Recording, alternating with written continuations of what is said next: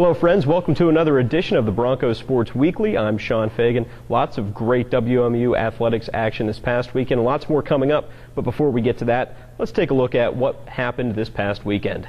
The Bronco football team taking on number 24 ranked Illinois, and the Bronco defense would give the Illini everything they could handle, notching 3 quarterback sacks and holding the Illini to just 10 first half points.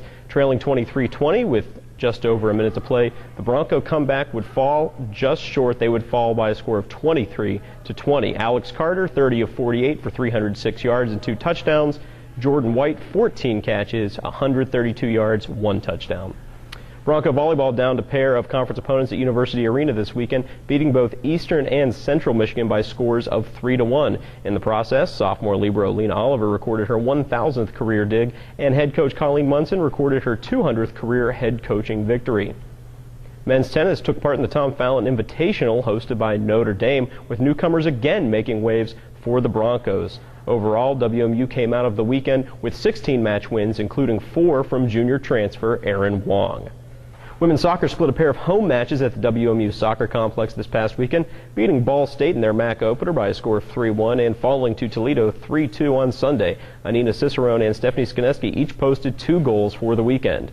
And in men's soccer action, the Broncos lost a tight one to the Western Illinois Leathernecks on Sunday, falling 1-0 at the WMU Soccer Complex. Goalkeeper Matt Morrell made 4 saves to keep his team into it until the very end. The Broncos will host defending national champion Akron on Saturday.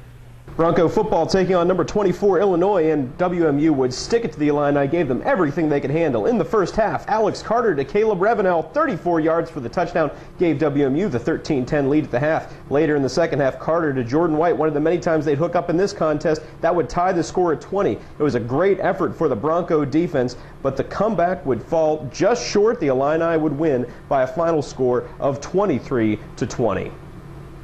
Bronco volleyball hosting Eastern and Central Michigan at University Arena this past weekend. The Broncos would take both matches by a score of 3-1. The defense was the chief factor for the Broncos' wins, but the offense would get its cuts in as well. Carly Berland and Ashley Turnage putting balls away for the Broncos.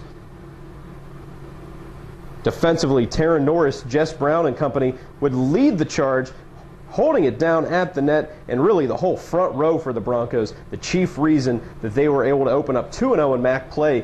Sophomore libero Lena Oliver would pick up her 1,000th career dig as a Bronco, and head coach Colleen Munson would pick up her 200th career head coaching victory. The Broncos back on the road this weekend, taking on Ball State and Toledo.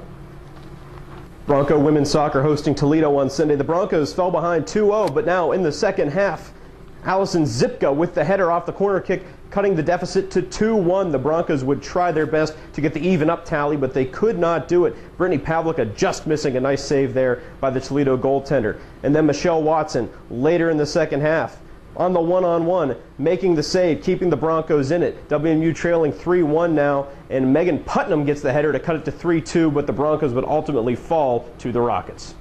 Bronco men's soccer hosting Western Illinois, trailing 1-0 in the first. Louis Lemus just misses the equalizing tally. A little bit later in that first half, Matt Morrell making one of his 3 saves to keep the score at 1-0. Ilson Asani would just miss on a header later in the first half. And in the second half, the Broncos would fail to cash in on a corner kick. The Broncos, man, if they didn't have bad luck, they'd have no luck at all. Fall 1-0 to the Leathernecks. Speaking of men's soccer, I am now joined by Western Michigan's head men's soccer coach, an accomplished player that played collegiately at Coastal Carolina and professionally, both in the United Kingdom and New Zealand and Australia. He's in his 3rd season as head coach of the Broncos since coming to Western Michigan. He's helped the Broncos to 2 top 3 finishes in the Mid-American Conference and took them to the MAC championship match last year. I'm talking, of course, about Stu Riddle. Stu, welcome to the show. Thanks for having me on. First things first, tough loss this past week to Western Illinois, 1-0. Give us a little bit of a rundown about what happened in that match. I think we let ourselves down in the first half. Obviously, we weren't competitive all over the park, which was really frustrating and disappointing from a coaching perspective. And the goal we conceded, we gifted them. Unfortunately, one of the things that we said was that they would have had a tough game on Friday night. They've traveled 7 hours on the bus.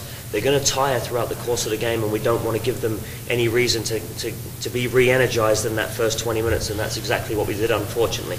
I thought the second half was a little bit better. We had a lot of decent chances at the end, and we just couldn't find a way to score one. But I think a lot of credit has to go down to their goalkeeper as well, who made some terrific saves. Yeah, when I look back at the video of that, it seemed like if you guys didn't have bad luck, you wouldn't have any luck at all. A lot of great opportunities that you may have just missed over a crossbar or just hit it wide. Yeah, absolutely. And I think, on the positive side of that, it's nice that we're creating chances. I think we'd be a little bit more frustrated and scratching our head a little bit more if we sat there and we lost the game, but we didn't have any chances to score goals. That would be a major concern. You guys have another non-conference match coming up this Wednesday before the big one on Sunday. You've got Detroit. Talk a little bit about how you're going to try to keep your guys focused and not looking past Detroit on the way to Akron. Well, I think it's important that going into MAC play, we go in with, on the back end of a victory. So we've got to make sure that we're focusing one game at a time, and quite literally it's going to come down to whoever performs well against Detroit will be playing against Akron on Saturday. So everything to this point is going to go out the window. Everything from previous seasons is going to go out the window as far as reputations and players' form. It's going to come down to who does the job on Wednesday is going to see the time on Saturday. What do you expect to see from Detroit? Very physical team, very difficult place to play. It can be quite windswept there on a turf field, which is something that we haven't played a lot of games on this season. And we're just going to have the one day to prepare inside here in Sealy tomorrow on the turf. But, they're always going to be a difficult opponent. They beat us last year in a game that we dominated, so maybe it's time for us to try and get a bit of revenge. Well, if revenge is the word of the week, then you have to be looking forward to Saturday. Obviously, you've got the defending national champion, Akron, at home at the WMU Soccer Complex. You finished second to Akron in the regular season last year and also lost to them in the MAC title match. What do they do well, and what are the Broncos going to have to do to counter that? They're a fantastic team, and they recruit the best players from all over the world every year. They lost 7 starters to the MLS last year, but they've reloaded with a number of under-20 national team players and who have fitted right in straight away, and they're having a terrific season already. But it's going to be a very difficult team to play against because of the quality of opponent in every position. And I don't know if there's another player in the conference that Akron would take to put in their starting lineup. That's how good they are. So it's a big challenge for us all, but one that we look on favourably. I know a lot of my coaching colleagues are envious that I get the chance to coach against the national champions, and the players in the same boat. They get to do something that not a lot of college soccer players get to do, and that's the chance to take on the national champions at home. I can tell you're very energized by the chance that you are getting to coach against the national champion. You have to imagine the players getting the chance to play them at home in front of their own fans. You would hope that everybody would be going through their reps a little more focused, a little sharper on Sunday. And how do you combat any sort of tension, though, any sort of anxiousness for a game like that? Well, I think the group that we've got returning have been involved in these big games before, so they know what to expect. And we certainly won't have the 4,500 people up there on Saturday that we had at Akron last year. So they've gone through this situation before and done well. In that particular game we lost 2-1, so we know we've been in a position where we can score. We know we can score against the national champions, and it just comes down to the players, treating it like any other game and not being starstruck or in awe of the opponent. It's it's something that we work on all the time, just being focused on doing your individual job and doing it well. And I think if everyone does that on Saturday, we're going to be competitive.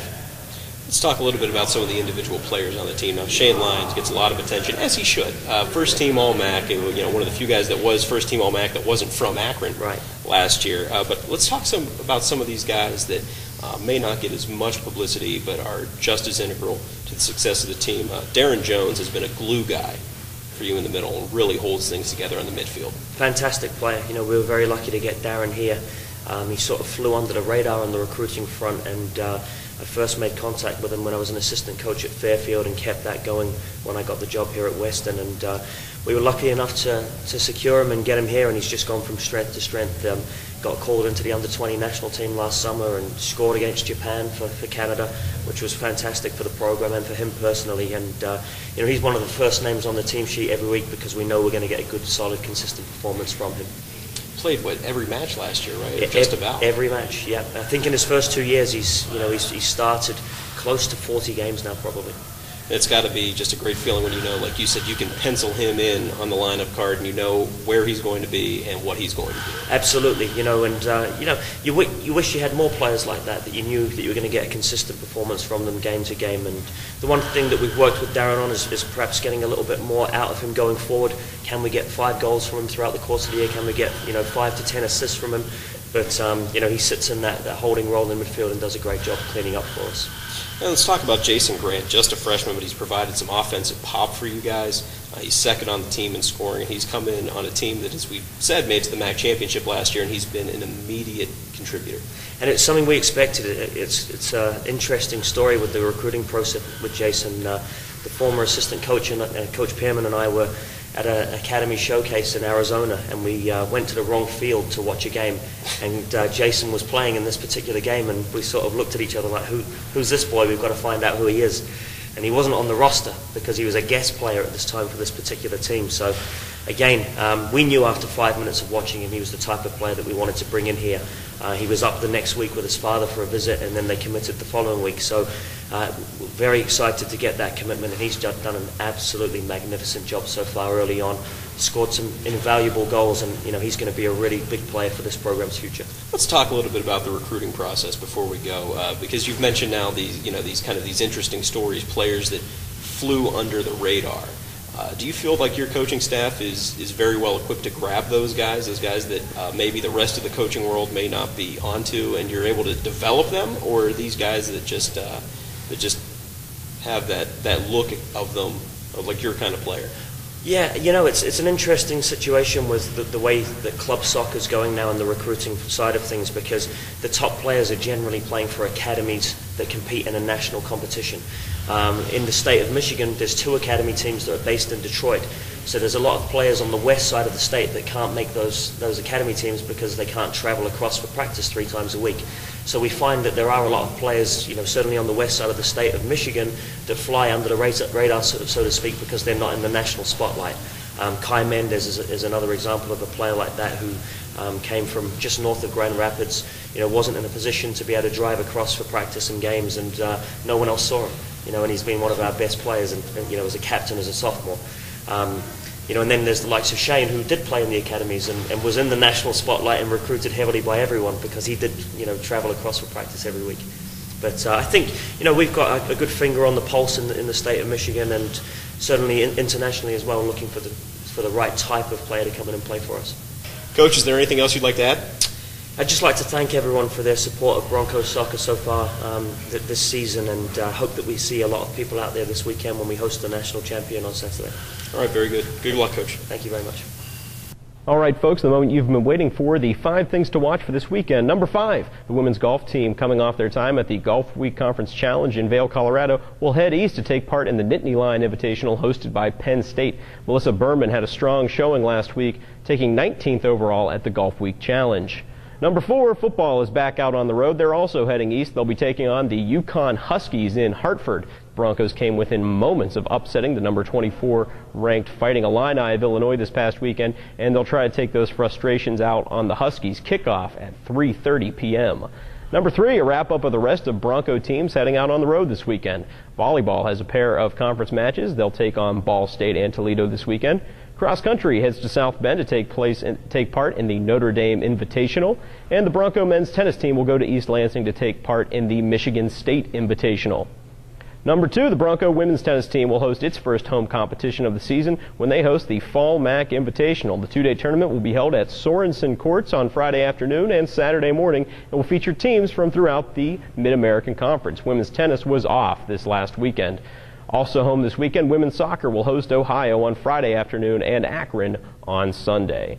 And number 1, maybe the biggest match of the season so far for the Broncos men's soccer team, they will host defending national champion Akron at the WMU Soccer Complex on Saturday. The Broncos gave the Zips everything they could handle in the MAC championship match last season, and the Broncos will look to exact revenge on Saturday. Well, that's going to do it for us this week in the Bronco Sports Weekly. We thank you for joining us, and we hope you'll join us again next week. Same Bronco time, same Bronco place. I'm Ian Slater, a senior right wing on the Western Michigan hockey team and a communications major. Really never sank into to know how important it is to play at the Joe, to be a Michigan-born player and have the opportunity to, compete in the championship game. I really didn't know how big of a deal that was until we got to the ceremonies, and it kind of, everything settled in, and it really was, something I will never forget. I'm a Bronco, and I am the power of gold.